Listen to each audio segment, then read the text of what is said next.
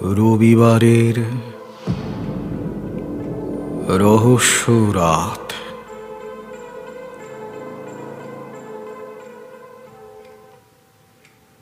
আজকের গল্প সরাইখানায় শীত। একটি বিদেশি গল্পের ছায়া অবলম্বনে। অনুবাদ বিভাস দাশগুপ্ত। গল্প সরাইখানায় শীত। আল্পসের বরফে ঢাকা শিখরগুলোর মাঝে ছোটোখাটো কাঠের তৈরি সোয়ারেনবাখ গেস্ট হাউস। যাত্রীরা এখানে 2-4 রাত কাটিয়ে যায়। মালিক জাঁ হোসের বছরে 6 মাস এখানে থেকে ব্যবসাপত্র দেখাশোনা করে। কিন্তু শীতের হাওয়া যেই দিতে শুরু করে অমনি হোসের তার বউ, ছেলে আর মেয়েকে নিয়ে গ্রামে তার নিজের বাড়িতে ফিরে যায়। গোটা উপত্যকাটাই ক্রমশ বরফে ঢেকে যায়। সরাইখানার দায়িত্বে তখন থাকে মধ্যবয়সী কর্মচারী গাসপার হ্যারি এবং তার কুকুর স্যাম। এদের সঙ্গে আর একজন কেউ না কেউ থাকে, এই বাড়ির 2 পাহারাদার গাসপার এবং উলরিখ। চারদিকে এর মধ্যেই বরফ জমতে শুরু করেছে। যেদিকে চোখ যায় শুধু সাদা ধপধপে পাহাড় চূড়া।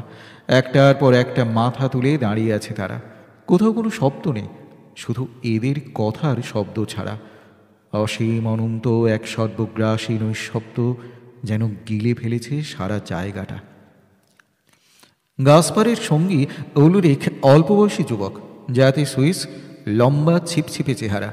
মাদাম হোসের শীতে কিভাবে থাকতে হবে সে ব্যাপারে উলরিখকে অনর্গল নির্দেশ দিয়ে যাচ্ছিলেন, কিন্তু সেসব উলরিখের কানে ঢুকছিল না কিছুই। পাহাড়ের ঢালে এসে হোসেরদের বিদায় জানালো 2 পাহারাদার। এই ঢাল বেয়ে সোজা নেমে গেলে পাহাড়ের পায়ের কাছে লোসে গ্রাম। এখানেই থাকে হোসেররা। এখান থেকে বিন্দুর মতো দেখা যায় বাড়িগুলো। তাহলে চলি এবার, বলল জাঁ হোসের। শীতের শেষে আবার দেখা হবে, ততদিনে সাবধানে থেকো, ভয় পেও না। ঠিক আছে, সাবধানে যাবেন, উত্তর দিল গাসপার। দলটা নেমে গেল। প্রথম বাঁকটা পেরোতেই আর দেখা গেল না তাদের। গাসপার আর উলরিখ আবার ফিরে এলো সোয়ারেনবাখে।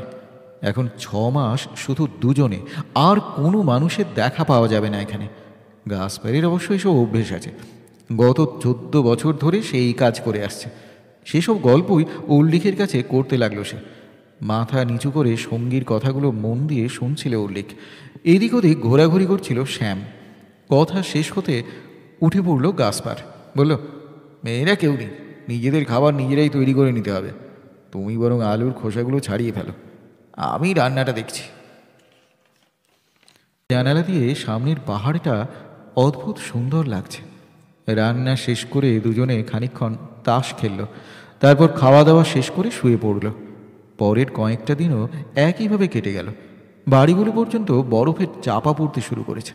সন্ধ্যাবেলা দুজনে তাস খেলে, গল্প গুজব করে কাটিয়ে দেয়। গাসপার রোজই সকালে ওঠে ঘুম থেকে। এক সকালে উলরিখকে ডেকে তুলল সে। চলমান এক সাদা মেঘের স্তর চারপাশ দিয়ে ঢেকে ফেলছে তাদের। নিঃশব্দে ধীর গতিতে এগিয়ে আসছে সেই মেঘের স্তর। ক্রমশই ঘন থেকে ঘনতর হচ্ছে তা। টানা 4 দিন 4 রাত ধরে বরফ পড়ে চলল।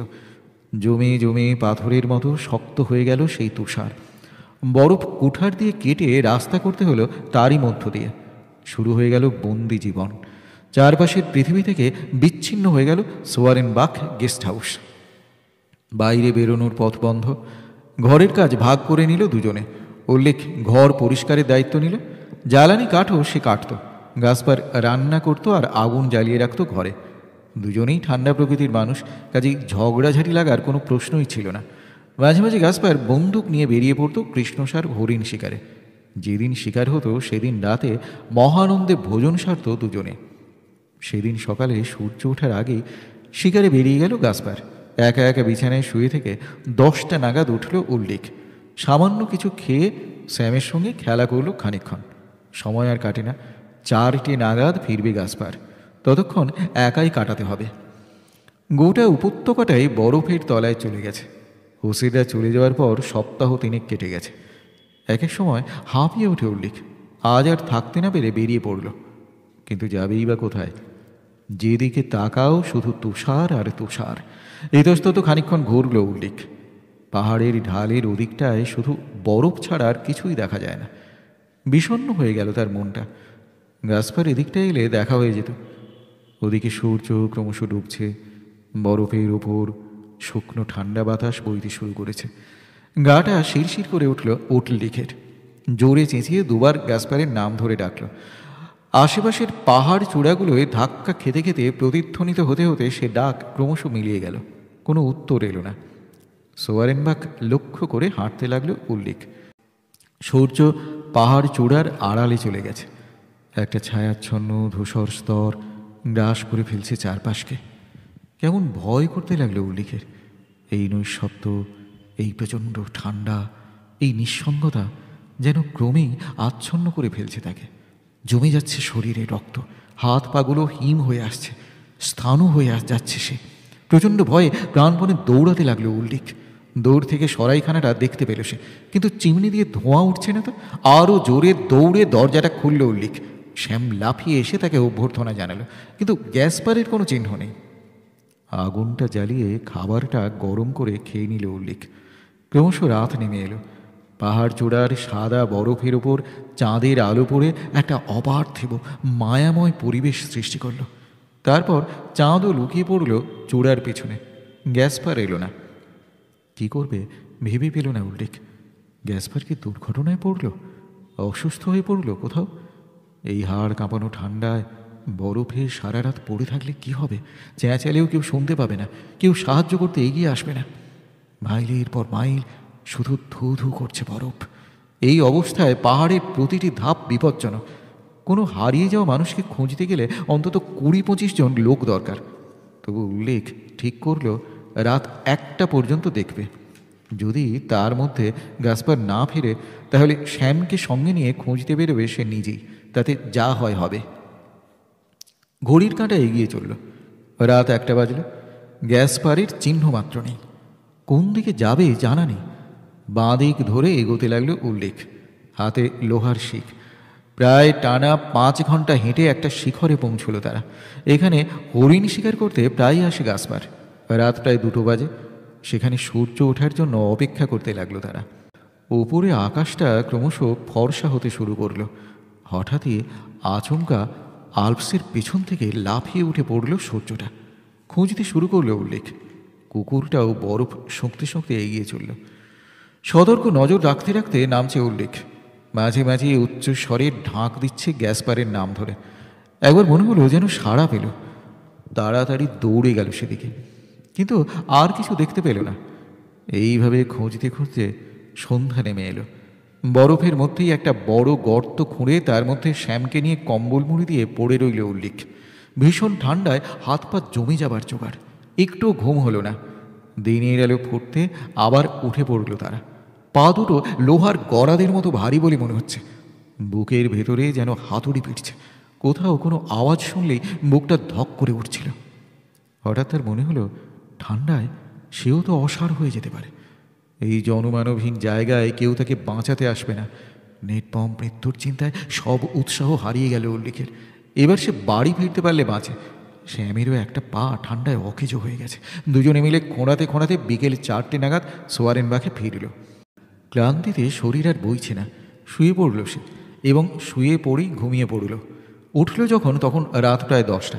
ঠিক সেই সময় বাইরে কে যেন ডাকল ফিসফিস করে, উল্লেখ। চমকে বিছানায় উঠে বসল উল্লেখ। কে ডাকল? আবার ভেসে এলো সেই তীক্ষ্ণ কণ্ঠস্বর, উল্লেখ, উল্লেখ। ওই তো গাছপার ফিরে এসেছে। লাফিয়ে উঠে দরজা খুলে দিল উল্লেখ। চিৎকার করে বলল, গাছপার, গাছপার। কোনো উত্তর নেই, এমনকি কোনো গোঙানির শব্দও নেই। বাইরে ঠান্ডা বরফের ছুরির মতো বাতাস। এদের কেউ তো বেঁচে থাকতে পারে না। এ বাতাসের মুখে মৃত্যু অবধারিত। ভয়ে ঘরের ভেতরে ঢুকে দরজায় ছিটকি নিয়ে এঁটে দিল উল্লেখ। তারপর ধপ করে চেয়ারে বসে পড়ল সে। এখন আর তার মনে কোনো সন্দেহ নেই যে ঠিক মৃত্যু মুহূর্তেই গাছপারের আত্মা আকুল আহ্বান জানিয়েছে উল্লেখকে। এই ব্যাপারে একেবারে নিশ্চিত সে যে 3 রাত ধরে মৃত্যুর সঙ্গে যুদ্ধ করে মৃত্যুর কোলে ঢলে পড়েছে গ্যাসপার হ্যারি। মৃত্যু এসে মুক্তি দিতেই হ্যারির আত্মা ঘুমন্ত উল্লেখকে ডেকেছে। কিন্তু কেন? শেষ বিদায় জানাতে, নাকি এই ক্ষোভ জানাতে যে উল্লেখ ভালো করে খোঁজেনি তাকে? গায়ে কাঁটা দিয়ে উঠল উল্লিখে। সে যেন অনুভব করতে পারছে যে দেওয়ালের ঠিক ওপাশেই দরজার পেছনে দাঁড়িয়ে রয়েছে গ্যাসপারের প্রেতাত্মা। আতঙ্কে চিৎকার করতে ইচ্ছে করছিল তার, দৌড়ে পালাতে পারলে সবচেয়ে ভালো হতো, কিন্তু দরজা খোলারই সাহস নেই তার। সে জানে যতদিন না গ্যাসপারের মৃতদেহ আবিষ্কৃত হচ্ছে এবং সমাধিস্থ হচ্ছে, ততদিন তার অতৃপ্ত আত্মা এই সরাইখানার চারদিকে ঘুরবে। ঘরের মধ্যে টিম টিম করে একটা মাত্র মোমবাতি জ্বলছে, তার মধ্যেই অস্থিরভাবে পায়চারি করতে লাগলো উল্লেখ। কানটা খাড়া করে রইল যদি সেই ডাক আবার শোনা যায়। এক দুঃসহ পরিস্থিতি। মাটি থেকে 7,000 ফুট ওপরে জনমানবহীন তুষার সমুদ্রে একা সে জীবিত মানুষ। এভাবে থাকা যায়? পালিয়ে যাওয়াই একমাত্র বাঁচার রাস্তা, কিন্তু পালাতে সে পারবে না। সে জানে গ্যাসবারের প্রেতাত্মা তার পথ আগলে দাঁড়াবে। উলরেক! তীক্ষ্ণ চিৎকারটা যেন ছুরির ফলার মতো বেঁধল তার কানে। আবার সেই ডাক, এত স্পষ্ট ডাক যে আতঙ্কে দুহাতে কান ঢেকে ফেলল সে। সেই ডাকে জেগে উঠল কুকুরটাও। এক লাফে দরজার কাছে গিয়ে পাল্লার নিচেটা শুঁকতে শুঁকতে প্রচণ্ড চিৎকার করে ডাকতে লাগলো সে। ভয়ে তার গায়ের লোম খাড়া হয়ে উঠেছে, লেজটা সোজা হয়ে দাঁড়িয়ে আছে। তার পেছনে দাঁড়িয়ে জোরে চেঁচিয়ে উঠল উল্লেখ, ঢুকবে না, ভেতরে ঢুকবে না, খুন করে ফেলবো আমি। বারবার দরজার উপর তীব্র আক্রোশে ঝাঁপিয়ে পড়তে লাগলো শ্যাম, যেন অদৃশ্য কোনো শত্রুর সন্ধান পেয়েছে সে। কিন্তু কোনো সারা শব্দ না পেয়ে আস্তে আস্তে সে থেমে গেল, শুয়ে পড়ল গিয়ে নিজের জায়গায়। কিন্তু মাঝে মাঝে উঠে গিয়ে অস্থিরভাবে দরজার সামনে ঘুরছিল সে, মাঝে মাঝে চাপা গর্জন করে উঠছিল। উল্লেখের তখন আতঙ্কের দিশেহারা অবস্থা। দেরাজ খুলে এক বোতল ব্রান্ডি বের করে ঢকঢক করে খানিকটা খেয়ে নিল সে। শরীরটা চাঙ্গা হয়ে উঠতে বুকে বলও ফিরে পেল খানিকটা। দেহের শিরাগুলো যেন জ্বলে গেল উষ্ণ পানীয়ের প্রতাপে। পরবর্তী 3 সপ্তাহের মধ্যে ব্র্যান্ডির পুরো স্টক শেষ করে ফেলল উল্লেখ। কিন্তু সমস্যা তাতে কমল না। ব্র্যান্ডির প্রভাব যতক্ষণ থাকে ততক্ষণ অর্ধ অচেতন অবস্থায় পড়ে থাকে সে। প্রভাবটা কমলেই ভয় এবং আতঙ্ক দ্বিগুণ বেগে ফিরে আসে। নিজের অস্তিত্বটাই যেন আস্তে আস্তে হারিয়ে ফেলছে উল্লেখ। এই নির্জনতায়, এই ভয়াবহ নিঃসঙ্গতায় ওই রকম প্রবল আতঙ্কের মধ্যে বাঁচা যায়? মগজটাই তার কর্মক্ষমতা হারিয়ে ফেলছে। কেমন যেন এক দুঃস্বপ্নের পৃথিবীতে বাস করছে সে। মাঝে মাঝেই সে দরজার গায়ে কান লাগিয়ে বসে থাকে, কখন ভেসে আসবে সেই ডাক। একদিন রাতে মরিয়া হয়ে গেল সে। যথারীতি সেই রক্ত জল করা ডাক, উল্লেখ! লাফিয়ে গিয়ে দরজা খুলে বাইরে বেরিয়ে এলো উল্লেখ। বেরোতেই মুখে ছোড়ো বাতাসের হিম ঝাপটা, ঠান্ডায় হাড় মজ্জা পর্যন্ত কেঁপে উঠল তার। আবার ঘরে ঢুকে দরজা বন্ধ করে দিল। কিন্তু প্রবল উত্তেজনায় উল্লেখ খেয়ালও করল না কখন শ্যাম ছুটে বেরিয়ে গেছে ঘর থেকে। কাঁপতে কাঁপতে ফায়ার প্লেসের জ্বালানি কাঠ দিতে হঠাৎ চমকে উঠল সে। কি যেন গোঙাতে গোঙাতে দেওয়ালের গায়ে আঁচড়াচ্ছে। ফিরে এলো সে আতঙ্ক, চেঁচে উঠল সে, দূর হয়ে যাও শয়তান, দরজা খুলবো না আমি। সেই মৃদুরা কে যেন চিৎকার করে উঠল, আর সেই চিৎকারে নিজের যাবতীয় বোধবুদ্ধি হারিয়ে ফেলল উল্লেখ। আবার চেঁচে উঠল, দূর হয়ে যাবে এখান থেকে। ঘরের মধ্যে একটা লুকোনোর জায়গা খুঁজতে লাগলো সে। বাইরে তখন চিৎকার উঠছে ঘন ঘন, গোটা কুটিরটা ঘুরে ঘুরে কেউ কাঁদছে। দেওয়ালের গায়ে গা খসটানোর শব্দ পাওয়া যাচ্ছে। আর দেরি না করে ঘরের যত আসবাবপত্র নিয়ে দরজার সামনে ব্যারিকেড তৈরি করে ফেলল উল্লেখ। জানালাগুলোর সামনে নানা রকম জিনিসপত্র দিয়ে বাধা তৈরি করল। বাইরের জিনিসটা তখন অতি কাতরভাবে গোঙাচ্ছে। ভেতরে উল্লেখের আর কথা বলার ক্ষমতা নেই, সেও গোঙাতে লাগলো বসে বসে। চোখে তার এক অস্বাভাবিক দৃষ্টি। দিন যায়, উল্লেখের দুর্ভাগ্যের শেষ হয় না। বাইরে এখন আর শুধু ডাকই শোনা যায় না, পরিষ্কার বোঝা যায় কেউ ঘরে ঢোকার চেষ্টা করছে। নানা রকম গলা ভেসে আসছে, কখনো তীক্ষ্ণ চিৎকার, কখনো কাতর আবেদন, কখনো ফিসফিসে বন্ধুত্বের ডাক। শব্দ সে একটাই, উল্লেখ! দুহাতে কান চেপে বসে থাকে উল্লেখ। মাঝে মাঝে পাগলের মতো চেঁচিয়ে ওঠে, নিজের মনে বিড়বিড় করে।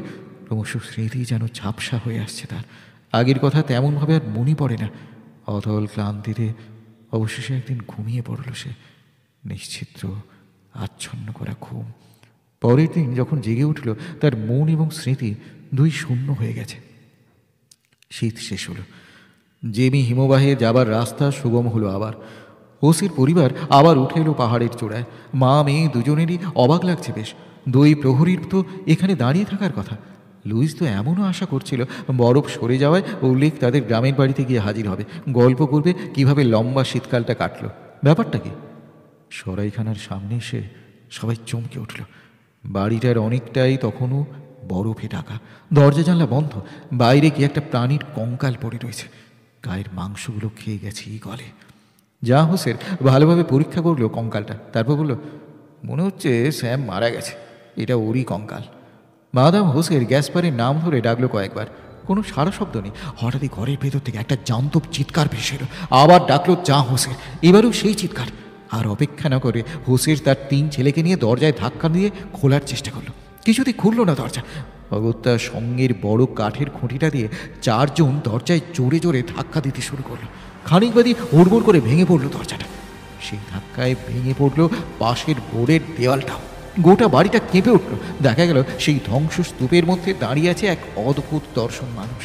তার লম্বা চুল কাঁধ পর্যন্ত নেমে এসেছে, দাড়ি ছুঁয়েছে বুক, গায়ের জামা কাপড় ছিন্ন ভিন্ন, চোখ দুটো জল করছে। প্রথম লুইসি তাকে চিনতে পারল। হে ভগবান, এ তো উল্লেখ! নিজের গ্রামে নিয়ে গিয়ে উল্লেখকে ডাক্তার দেখানো হলো। সবার আশঙ্কাই সত্যি হলো। যে কোনো কারণেই হোক, উল্লেখ উন্মাদ হয়ে গেছে। গ্যাসপারের কি হয়েছে জানা গেল না, তার কোনো খোঁজও পাওয়া গেল না। উন্মাদাশ্রমে ঠাঁই হলো উল্লেখের। শুনলেন একটি বিদেশি গল্পের ছায়া অবলম্বনে গল্প সরাইখানায় শীত। অনুবাদ বিভাস দাশগুপ্ত। গল্প পাঠ অরুময় চক্রবর্তী।